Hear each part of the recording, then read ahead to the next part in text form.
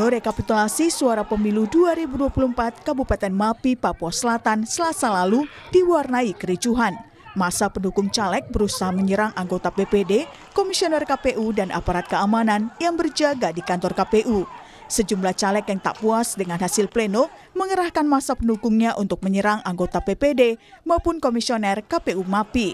Untuk mengendalikan situasi, aparat melakukan tindakan tegas dengan melepas tembakan gas air mata. Demokrasi tanggal 14 sudah selesai, perhitungan sudah berjalan dengan situasi kita yang aman, yang baik.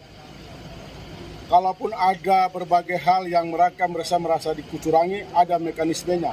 Silakan ke Bawaslu, silakan ke DKPP, supaya aturan yang berlaku sesuai dengan PKPU itu bisa kita tegakkan. Jadi jangan menggunakan cara-cara yang seperti kemarin yang tidak beretika, mengganggu semua proses pemilu. Saya minta Kapolres kan itu cerdas, cari para calegnya, datangi dia. Kalau dia masih main, tangkap dia. Aksi demonstrasi menuntut transparansi hasil pleno pemilu di Tambrau, Sorong, berujung ricuh. Polisi terpaksa menembakkan gas air mata untuk membubarkan massa. Mereka menuntut agar Bawaslu Papua Barat Daya lebih transparan dengan hasil pleno pemilihan umum pada Dapil Tambrau dan Maibrat. Polisi yang tiba di lokasi kerusuhan lalu berusaha menenangkan massa. Polisi juga sempat menangkap sejumlah orang yang diduga sebagai provokator.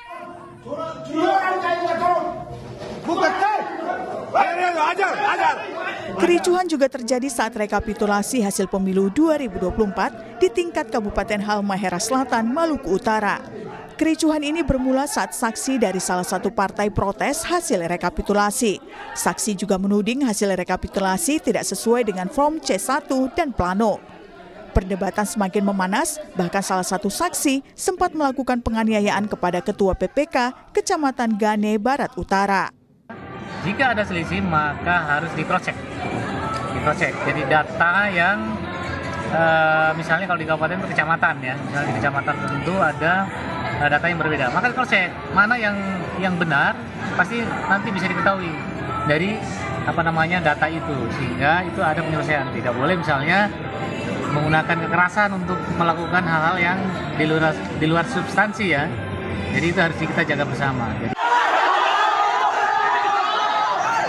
Massa pendukung calon anggota legislatif DPRD mendatangi lokasi pleno rekapitulasi tingkat kabupaten yang berlangsung di Hotel Harper Cikarang, Kabupaten Bekasi, Jawa Barat. Massa meminta KPU Kabupaten Bekasi untuk menghentikan penghitungan suara di Kecamatan Pebayuran yang dinilai syarat dengan kecurangan. Badan Pengawas Pemilu atau Bawaslu Kabupaten Bekasi menyebut pihaknya telah menerima laporan dugaan tindak pidana pemilu dari pendukung salah satu calon anggota legislatif. Kalau dari Bawaslu pada prinsipnya ya kan kita menjalankan pleno ini berdasar sesuai dengan peraturan KPU. Nah, ketika ada terjadi permasalahan ya kita selesaikan di sini. Terlepas apakah kemudian dengan cara apa, tinggal KPU dengan saksi untuk mengkomunikasikan. Gitu. Pada prinsipnya kita kan bisa menyampaikan itu kepada KPU, itu bentuknya kan bahasa kita itu bagian dari rekomendasi. Gitu. Rekapitulasi hasil perolehan suara KPU berlangsung hingga 20 Maret 2024. Sudah semestinya semua hasil suara pemilu diperoleh secara jujur dan adil tanpa ada kecurangan. Tim Liputan, Kompas TV. Proses rekapitulasi suara hasil pemilu 2024 masih berlangsung secara berjenjang, mulai dari tingkat daerah hingga pusat. Namun sayangnya proses rekapitulasi suara yang sedang berlangsung ini di sejumlah daerah berlangsung ricuh. Peserta pemilu menuding telah terjadi kecurangan. Lalu bagaimana solusi atas masalah ini? Pagi ini kita akan bahas dengan sejumlah narasumber, diantaranya anggota Dewan Pembina Perludem Titi Anggreni, lalu Profesor Muhammad Al-Hamid, Ketua Bawaslu periode 2012-2017, serta Wakil Ketua Umum Partai Amanat Nasional Viva Yoga Mauladi. Selamat pagi semuanya. Selamat pagi, Mas Radi. Waalaikumsalam warahmatullahi wabarakatuh. Saya mulai dari Mas Viva deh, sebagai peserta pemilu nih di Partai Amanat Nasional sendiri sejauh ini bagaimana mengawal suara? Mas Viva, apa saja yang dihadapi di lapangan? Kalau berpatokan pada Sirekap memang bermasalah, karena memang niat baik dari KPU adalah untuk memberikan informasi secara transparan kepada masyarakat agar mengetahui tentang real count penghitungan suara dari TPS, ya, dari BPK sampai tingkat kabupaten, KPU daerah. Niat baiknya ini kemudian tidak didukung oleh peralatan IT yang secara teknologis masih kendala. Oke. Contohnya dalam proses untuk input data, terkadang juga tidak terbaca 100% sehingga tampilan di grafik di layar monitor itu tidak sesuai dengan data yang diinput. Dan hal inilah yang menyebabkan adanya konflik, adanya polemik di tengah-tengah masyarakat. Ternyata niat baik dari masyarakat untuk memberikan proses transparansi terhadap proses rekapitulasi penghitungan suara itu tidak sesuai dengan targetnya. Oleh karena itu, kami setuju agar si rekap ini untuk sementara dihentikan dulu karena problem ketidakmampuan di dalam menghandle soal teknologi sehingga tidak lagi menimbulkan polemik dan konflik di tengah masyarakat. Toh nanti di Undang-Undang Nomor 7 Tahun 2017 tentang pemilu itu proses penetapan perolehan suara secara resmi itu adalah di rapat pleno secara manual berjenjang. Dan ini adalah menjadi sebuah pembelajaran bagi kita semua, bagi KPU, agar niat baik untuk memberikan informasi secara transparan, objektif, pada masyarakat itu harus ditunjang dengan kemampuan teknologis yang bagus, sehingga tidak menimbulkan polemik dan konflik di tengah masyarakat seperti yang terjadi saat ini. Sehingga apa? Yang rugi itu kita semua termasuk KPU. Ada narasi negatif, kemudian KPU dicap curang, dicap macam-macam, sehingga itu bisa mengurangi terhadap kualitas dan persepsi dari kinerja KPU. Oleh karena itu, proses teknologi ini menjadi penting dalam peningkatan kualitas pemilu, terutama menjadikan pemilu sebagai bagian dari pendidikan politik masyarakat yang berintegritas dan berkualitas. Ya, di stop karena menghindari polemik. Tapi Mas Viva juga mengatakan tadi, publik saat ini keingintahuannya soal proses penghitungan suara juga sangat tinggi begitu. Ketika ini di take down gitu, sementara tidak ditampilkan dulu untuk sementara waktu, sementara masyarakat ingin juga mengakses informasi proses penghitungan suara. Bagaimana Anda melihat ini di lapangan, Mas Viva? Iya, kalau yang dilihat dari KPU sekarang kan bisa direkapitulasi berdasarkan pada D1 atau berdasarkan pada hasil dari rapat pleno di tingkat kabupaten, kota, dan provinsi yang dilakukan secara daring, kemudian secara langsung dan dipublikasikan ke masyarakat. Masyarakat bisa melihat proses rapat pleno penghitungan suara di tingkat kabupaten, kota, dan provinsi. Hanya itu yang menjadi bagian dari proses transparansi dalam penghitungan suara di KPU. Tetapi secara detailnya nanti kalau misalkan ada potensi pelanggaran di Undang-Undang Nomor 7 2017 kan sudah menyediakan lembaga-lembaga yang menjadi bagian dalam proses penyelesaian. Kalau itu menyangkut soal administrasi, Bawaslu yang menyelesaikan, menyangkut soal etika penyelenggara, DKPP yang menyelesaikan, menyangkut soal perselisihan hasil pemilu, ada di MK yang menyelesaikan. Jadi proses itu harus inherent dengan kemampuan dari KPU dan komitmen dari partai politik untuk menghadirkan pemilu yang jurdil, yang luber, yang jurdil, yang aman, nyaman, damai, yang berkualitas dan berintegritas. Jadi intinya kalau masyarakat ingin tahu proses penghitungannya secara instan begitu ya memang tidak bisa karena memang tabulasinya sekarang ini sementara di take down. Tapi bisa langsung memantau begitu ya penghitungan suara ke masing-masing daerahnya di KPU di daerahnya, dan juga kalau ingin menghitung manual KPU sekarang melampirkan formulir C hasil ya dalam sistem Sirekap ini. Saya ke Pak Muhammad. Prof, kalau Anda melihat sebagai yang pernah duduk di Bawaslu begitu pada pemilu-pemilu sebelumnya, akar masalah yang menyebabkan maraknya kericuhan yang terjadi dalam proses penghitungan suara ini apa sebenarnya? Ya, jadi begini, KPU, Bawaslu, dan DKPP itu dalam mandat Undang-Undang 7 2017 tentang pemilu disebut sebagai satu kesatuan penyelenggaraan fungsi. KPU sebagai pelaksana teknis itu wajib untuk menjawab setiap komplain, setiap keberatan, setiap masukan, setiap rasa keadilan peserta pemilu. Apakah itu pemilu legislatif atau pilpres. Nah, kalau KPU misalnya itu bisa menjawab apa yang menjadi protes di setiap momen-momen atau tingkatan rekapitulasi, seharusnya apa yang ditayangkan oleh Kompas TV tadi dalam pengantar tidak terjadi. Tidak ada keributan. Jadi KPU itu harus merasa, ya, sebagaimana tagline-nya selama ini kita tahu sangat bagus. KPU melayani. Saya ulangi, KPU melayani. Melayani apa?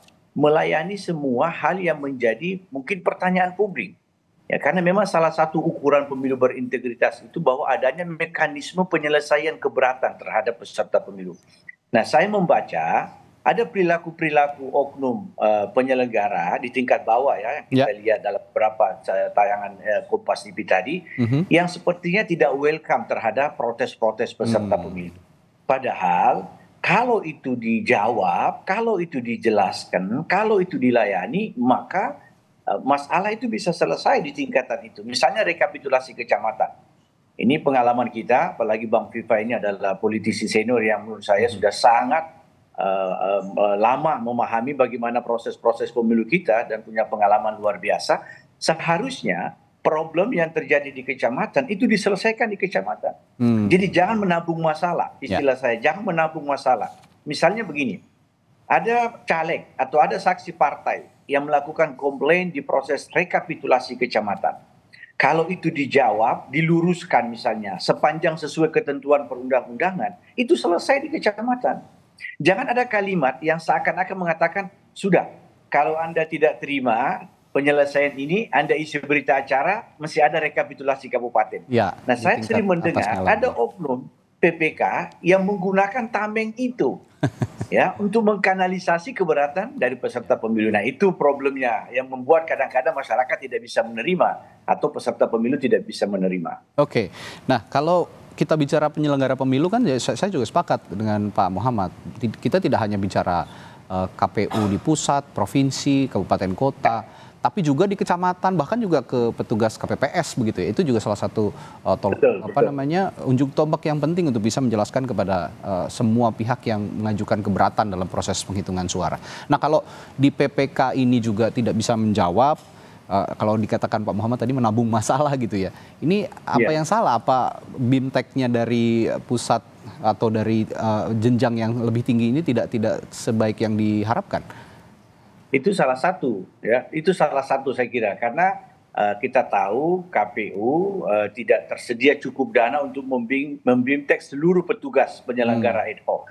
Ya, jadi di kecamatan itu sebenarnya adalah paling krusial proses tahapan penghitungan suara. Saya sering memberi semangat, tapi dengan sedikit menggelitik teman-teman kecamatan bahwa karena dia ad hoc, berpikirnya juga ad hoc. Ya, maksud saya begini, masa tugas PPK itu ya atau di Bawaslu namanya Panwaslu kecamatan itu kan ad hoc, hanya beberapa waktu saja ya. Nah, kadang-kadang karena dia ad hoc, sebagian berpikir ad hoc juga. Maksudnya apa? Dia hitung gajinya tuh. Ini tidak semua ya. Saya mengatakan oknum. Dia akan menghitung salary dari negara. Misalnya saya menjadi petugas PPK 1 bulan atau 2 bulan 1,2 juta. Saya nggak tahu sekarang berapa. Nah, kalau dia digoda oleh oknum peserta pemilu, oknum caleg atau oknum tim sukses, maka dia bisa mendapatkan beberapa puluh kali daripada gajinya itu ya. Itu yang saya mengatakan berpikir ad hoc. Ya, sekali lagi perhatian kita harus bagaimana menjaga teman-teman ad hoc ini komitmennya sama dengan penyelenggara yang bersifat permanen, KPU RI, KPU provinsi dan KPU kabupaten kota. Bahwa tugas Anda ini walaupun ad hoc tetapi adalah garda terdepan yang menentukan integritas proses dan hasil pemilu. Jadi kalau saya lihat pun kalau ada BIMTEK dengan dana yang minim begitu ya, BIMTEK-nya dengan sisi psikologis yang lebih kuat begitu kira-kira Prof ya? Iya, karena ini bicara ya. Karena masalah ini kan bicara apa namanya sisi psikologis seorang penyelenggara pemilu di tingkat bawah gitu. Kalau sudah bicara pendapatan dan juga ini kan hanya ad hoc, ini memberi semangat secara psikologis juga penting begitu kira-kira ya Prof ya. BIMTEK itu salah satunya Mas, tapi jauh lebih penting adalah bagaimana menanamkan komitmen nilai-nilai integritas. Nah, ini DKPP berperan. Ya, DKPP, KPU Bawaslu Pusat berperan. Kalau bicara adil Mbak Titi, kalau pengen dibilang adil buat semua pihak gitu. Kayaknya sekarang kan teriaknya ini tidak adil, curang dan segala macam. Solusinya apa kalau melihat sekarang sudah berteriak semua tidak adil dan curang begitu? Ya, mau tidak mau, memang semua pihak harus berbenah. Penyelenggara pemilu terutama karena salah satu ketidakpuasan itu berangkat dari penyelenggara pemilu dan proses penegakan hukum serta penyelesaian keberatan yang memang sudah disediakan undang-undang. Tadi Pak Viva menyampaikan kalau publik tidak bisa melihat misalnya diagram atau numerik angka hasil bacaan Sirekap, maka bisa melihat formulir D hasil. Saya coba cek dari daerah saya saja sendiri. Saya tinggal di Pamulang, Tangerang Selatan, belum ada satupun sertifikat D hasil dari Tangerang Selatan, kecamatan itu yang terunggah di Sirekap. Termasuk juga misalnya untuk D hasil kecamatan Pamulang itu sama sekali belum ada satupun yang terunggah. Termasuk juga di Kelurahan Benda Baru misalnya, C hasilnya itu dari 122 TPS belum satupun terunggah. Disinilah yang membuat publik itu menjadi bertanya-tanya, karena ruang-ruang berjenjang yang terlalu lama dari TPS sampai ke penetapan hasil secara nasional oleh KPU pada 20 Maret, itu kan tidak bisa diikuti oleh masyarakat. Nah, dengan bantuan teknologi, sebenarnya ini bisa menjadi penghubung untuk mendapatkan tadi transparansi dan akuntabilitas. Persoalan yang kita hadapi hari ini, Mas Radit, sebenarnya juga terjadi di Filipina. Itulah yang kemudian mereka beralih menggunakan teknologi secara serius yang mereka sebut dengan electronic counting machine.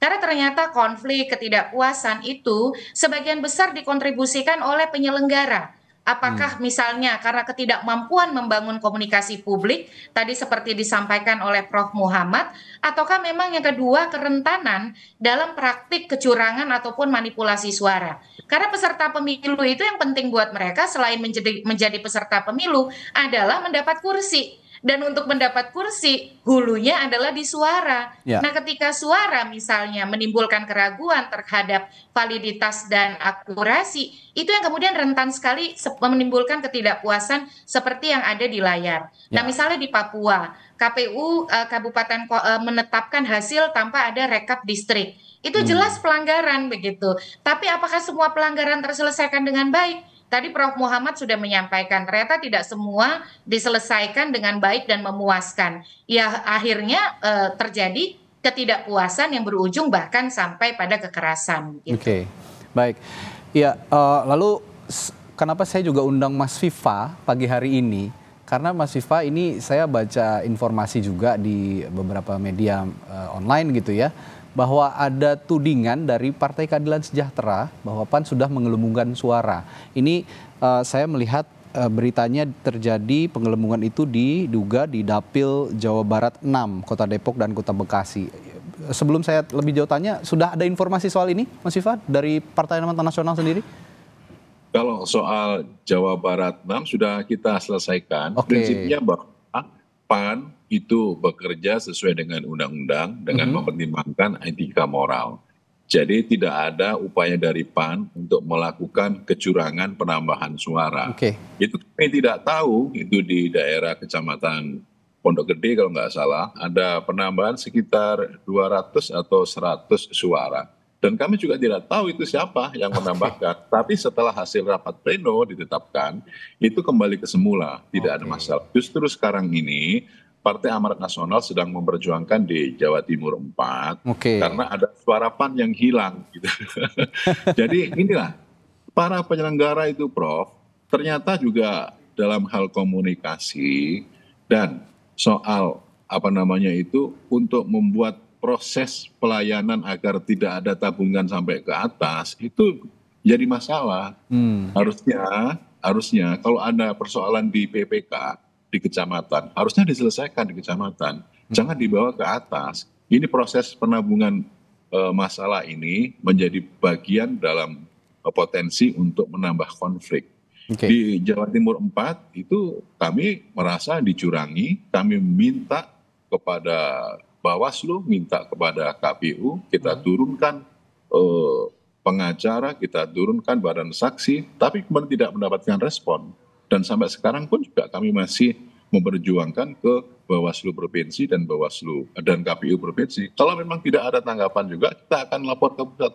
Kalau tidak ada tanggapan juga, kita akan ke Mahkamah Konstitusi, gitu loh. Jadi proses perjuangan kelembagaan dalam potensi pelanggaran yang itu diakibatkan dari etika penyelenggara, ini juga kami rasakan. Jadi meskipun kami ini juga pendukung 02, tetapi dalam pemilu legislatif itu masing-masing partai politik secara subjektif memiliki ya kepentingan sendiri-sendiri. Tapi bagi Partai Amanat Nasional, bagi Partai Amanat Nasional, kami akan tetap pada koridor hukum sesuai dengan Undang-Undang Pemilu, dan kami akan menyelesaikan seluruh persyaratan untuk bisa membuat keputusan-keputusan itu sesuai dengan persyaratan yang ada di peraturan perundang-undangan. Itu yang akan kami tempuh gitu. Ya, justru ada di Jawa Timur 4 sekarang yang sedang diperjuangkan PAN ya Mas Viva. Jadi kalau soal Jawa Barat 6 tadi sudah clear dengan PKS ya Mas Viva ya? Sudah clear. Kami tidak merasa melakukan kecurangan, itu hanya klaimnya dari partai yang lain itu. Nah ini saya juga berupaya untuk mengundang PKS untuk supaya mengklirkan masalah ini, bahwa sudah diklarifikasi oleh Mas Viva, tuduhan yang dialamatkan kepada PAN ini juga tidak terbukti begitu kira-kira ya Mas Viva. Nah saya setelah jeda akan menanyakan juga ke Prof Muhammad, kalau memang tadi masalah-masalahnya ada di tingkat daerah, apakah juga nanti penyelenggara pemilunya harus dimintai keterangan oleh masing-masing DKPP ataupun yang mengawasi, Bawaslu yang mengawasi di tingkat daerah, atau seperti apa, nanti akan ditanyakan kepada Pak Muhammad setelah jeda di Sapa Indonesia Pagi. Tetaplah bersama kami.